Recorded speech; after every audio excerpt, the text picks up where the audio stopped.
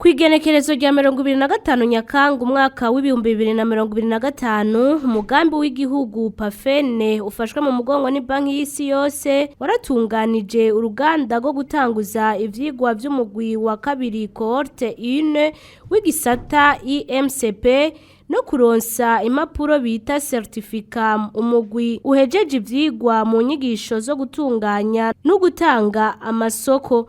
Mwijambo ryiwe Ingrid Cezaline Meka intumwa y'userukira banki y'isi yose mu Burundi yahimirije abazohabwa inyigisho mu mugwi wa kabiri cohorte 1 kuzozikurikirana neza kugira baterere mu migambi y'iterambere kuko bazoharonkera ubumenyi. Abaronse inyigisho mu mugwi wa mbere cohorte 0 abahanura gushira mu ngiro ivyo bigishijwe mu migambi yabo ya kazoza. Yugurura ugo ruganda Francine Inarukundo umunyamabanga ntayegayezwa mu bushikiranganje mu vyo bujejwe harimwo ikigega ca leta yamenyesheje ko izo nyigisho zizotuma bazironse baterera mu mbona kazoza y'igihugu cifashe mu mwaka w'ibihumbi 2040 giteye imbere mu mwaka w'ibihumbi 2060. Bamwe mu bahejeje izo nyigisho baciye berekana bimwe mu vyo bize banashimira leta ko yiyumviriye kuzana inyigisho nk'izo mu gihugu. Umwe mu barangije inyigisho yaserukiye abandi Marie Claire Ndayikengurukiye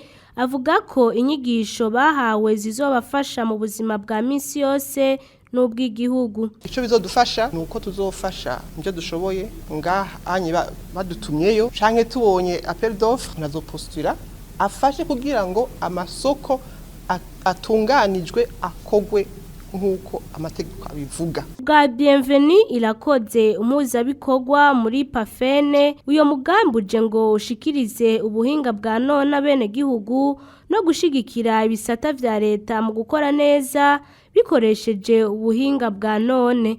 Muri uwo mugambi rero dufise imice ibiri igize umugambi. Umuce wa mbere no gushikiriza ubuhinga bwa none abene gihugu, umuce wa kabiri no gushigikira ibisata vya leta gukora neza bikoresheje ubuhinga bwa none. Ni muri ico gice rero ca kabiri twashoboye gushobora kurondera novuga uburyo bwo gushigikira uwo mugambi IMCP. IMCP novuga gerageze gusobanura mu Kirundi no gushiraho nk'ituta ry'abahinga bajejwe bashoboye kwigishwa no gukarisha ubwenge mu vyo gutunganya no gukurikiranira hafi imigambi ishigikirwa ni banki y'isi yose canke n'abandi bakorana na leta mu giteza imbere igihugu. Rero uwo mugambi intumbero yaho nuko twoshiraho iryo tuta ry'abahinga bafise ubwo bumenyi kugira ngo igihe cyose mu mugambi runaka bakeneye umuhinga tube tuzi yuko abo bahinga bariho mu gihugu. Icatumye dushiraho uyo mugambi nuko biribonekeza ko abahinga dusanzwe dufise mu gihugu usanga ava muri projet mu mugambi umwe aja mu wundi ugasanga arawukozemo nk'umwaka umwe imyaka ibiri umugambi uri mu guhera agaca yimukira mu wundi ugasanga bigira ingaruka zitari nziza mwishigwa mu ngiro giyo migambi. Rero twace twiyumvira ko IMCP izofasha.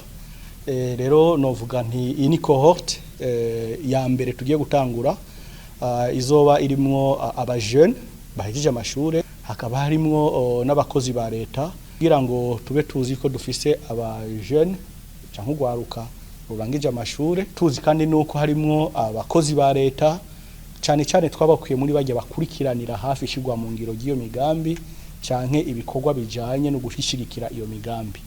Rero abo bose bari hamwe bagize cohorte 1 izomara amezi 3 yiga mu mashure kaminuza y'u Burundi na ISG bagasoma amezi 9 bariko bakorera mu migambi donc stage muri mu maprojet atandukanye.